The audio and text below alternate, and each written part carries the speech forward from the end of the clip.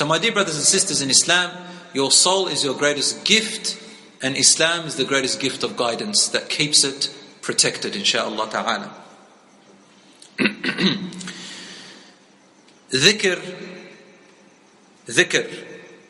When you're standing, when you're sitting, when you're lying down, before you go to sleep, after you wake up, when you eat, when you go, when you come, constantly on your tongue, insha'Allah, is what nourishes your soul, and your happiness begins to rise. Now here is a beautiful gift hidden within this gift. This is the gem of the gift of Islam. You ready to hear it? The gem of the gift of Islam. You cannot enjoy the gift which Allah gave you until you are connected with the one who gave you that gift. Isn't that correct? When your parents give you a gift, or you give your children a gift, what does that create? Relationship. Good. See, I heard it from the child. Rasulullah sallallahu alayhi wa sallam said, Tahadu, tahabbu. Give gifts to each other, increase your love for one another. The reason Allah gave us the gift is because He loves you.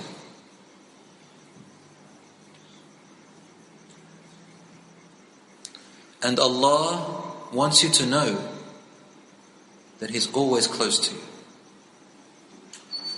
That's the crux of the meaning of this Islam. Why did Allah give us Islam? Because He wants you to know that He is close to you. Listen to what Allah said. أعوذ بالله من الشيطان الرجيم. بسم الله الرحمن الرحيم. وَإِذَا سَأَلَكَ عِبَادِي عَنِّي فَإِنِّي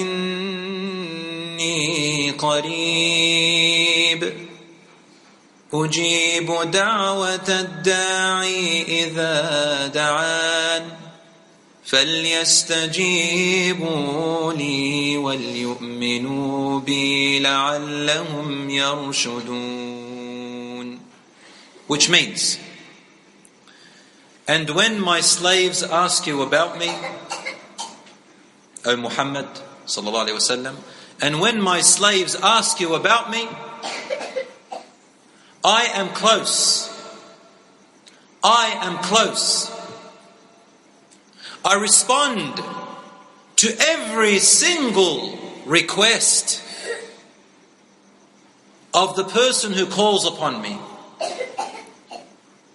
if they continue to call upon me. So let them respond to me. Let them come closer to me with my guidance, Islam. فَلْيَسْتَجِيبُوا لِي.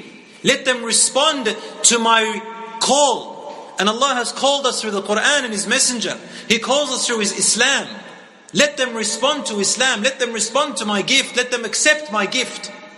All these meanings. Let them accept my gift. وَلْيُؤْمِنُوا بِي. And let them put their absolute faith and trust secured in their heart towards me. Iman comes from amn. Amn means security. And Allah called Iman from the word security, which means you cannot be a mu'min unless you are secure in your heart that Allah truly is your Lord and you trust Him. That's what Iman means. فَلْيَسْتَجِيبُوا لِي. Let them accept my gift of Islam. Let them accept the call. وَلْيُؤْمِنُوا بِي. And let them secure their faith in me in their heart. لَعَلَّهُمْ يَرْشُدُونَ. In the hope that they will reach what they yearn for. Yarshudun means that Allah will take care of all your problems and worries and requests that you want. Ar-Rushd means to reach your goal that is good. Ar-Rushd means to reach guidance. Ar-Rushd, لَعَلَّهُمْ يَرْشُدُونَ, means so that they may be guided to the place which brings them the happiness and success in this world and the next. Let's go back on it. وَإِذَا سَأَلَكَ عِبَادِي عَنِّي. وَإِذَا means in English and if. But إِذَا is different to if. If means in or إذا. إن سألك or إذا سألك. The difference between in sa'alaka and idha sa'alaka, they both in English means if, is this. In sa'alani means only if they ask about me. Idha is more open. Whenever they ask me. Constantly ask me. So Allah is telling us, ask about me all the time. Not just when you're in need. Not just when there is a problem. I want you to ask about me because I want you to have a relationship with me. I want you to know that I'm close to you. Always ask about me. Always. And the best way to make dua, the best times to make dua is when you don't really have a need. You just want to talk to Allah. We've forgotten that dua, closeness to Allah, is just talking to Allah. If you love someone, don't you love to talk to them? Huh? If you love their company, don't you just talk to them, pick up the phone, you talk to them? Isn't that correct? A wife always complains, my husband never talks to me. It means she loves you, ya akhi. And when she wants you to talk to you, and when she talks too much to you, it's because you love each other. Allah wants you to talk to Him. So that's why I use the word idha, which means always. Ask you about me, I want them to ask you about me. This is what I love them to do. I want them to ask you about me. Then Allah says something amazing. He does not say, then tell them that I am close. Then tell them. He doesn't say that. Naturally, if I say to someone, look, if someone asks you about me, then tell him that I love him. Wasn't that the proper sentence? But Allah doesn't say that. He didn't say, if they ask you about me, then tell them that I'm close. He said, if they ask you about me, I'm going to take the answer myself. My slave, I'm close. I've always been close. Directly, I'm going to talk to you. You know, like a king. If a king says to his vizier, my people are asking about me, can you go out onto the balcony and tell them that I love them? That's one way. And the people go, yeah. But when the king says, the people are asking about me, move out of my way. He comes out himself to the balcony and says, I love you all. Isn't there a big difference? Big difference. The intimacy is quite amazing, isn't it? Allah is saying, if they ask you about me, Ya Rasulullah, move out of the way. I will talk to them directly because this is what I love to say. I want to tell them, my slaves, I'm close. And I've always been close. And I always will be close. When you asked about me and didn't ask about me, I was always close. Whether you're Muslim or non-Muslim. There's a bit of a controversy over here. Some ulama said it's only the believers. Possibly. It has a point. But I say, Wallahu a'lam, according to some mufassirun, even for the non-Muslims. Because how else does a non-Muslim repent? If Allah was not close, He wouldn't accept their repentance. Isn't that correct? Allah is always ready for any repentance. And when a non-Muslim becomes a Muslim, Allah is always there to hear him. As soon as they say the Shahada, He's there. When you make sin and you repent, He's there. There, always, always. Inni qareeb. I'm close. Ujibu da'wat ad-da'i idha da'an. Now, here is another irregular sentence. When you say to someone, listen, if you ask me, I'll tell you. If you ask me, I'll give it to you. Isn't that what we say? If you say sorry, I'll forgive you. Isn't that correct? Isn't that correct? If you respect me, I'll respect you. Isn't that the proper sentence? There's some people that say, respect only those who respect you. I won't respect anyone until they respect. So respect me and I'll respect you. That's the proper sentence, right? But Allah uses it in the other way around. He says, I respond to the caller. He gave the answer already. So he gave the answer before the question. He didn't say, when they call upon me, I will respond. That's the proper sentence. Allah said, no, I always respond. So long as they continue to ask about me. Because Allah's response is definite. It's definite. But your calling upon Him is not definite. It's unstable. You may ask, you may not. Allah is telling you, my response is always there. I will. The problem is you.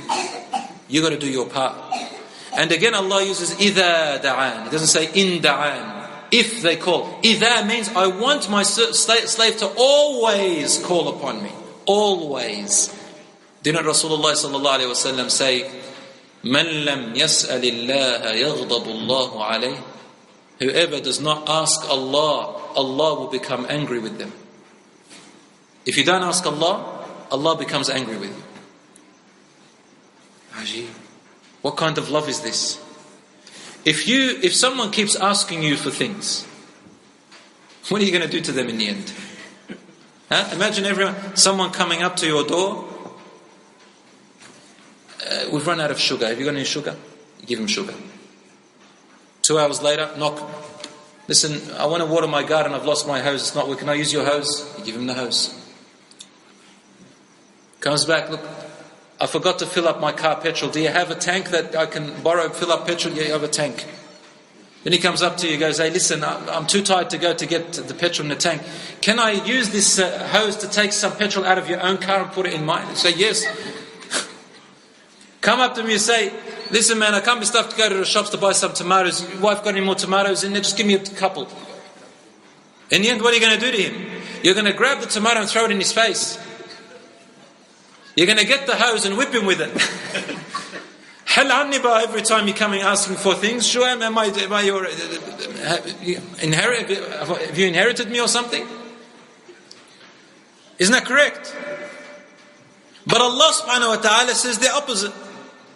He says, I will become angry with you if you don't consistently ask me. Allahu Akbar. La hawla wa la quwwata illa billah. Subhanaka ya ilahi ma ahlamaka wa ma arhamak. How merciful is Allah and how patient He is with us. He says, if you stop asking me, I will become angry with you. Who says that statement except someone who loves you immensely, beyond any measure? You ask and you ask and you ask, and Allah says, I will become angry if you stop asking. In fact, I will become angry with you if you do not insist and persist in your dua. Rasulullah sallallahu alayhi wa sallam said, Is'alullah wa alihu fi du'a. Ud'u Allah wa alihu fi du'a. Make dua to Allah and be consistent and persistent. This, my dear brothers and sisters, the point of this is, Allah who gave us the gift of Islam, He only gave it to you because He loves you. And Allah already answers you, I am close, I am close. The entire Quran is talking about intimacy between you and Allah. Now here is the question. How could one who loves you this much give you a gift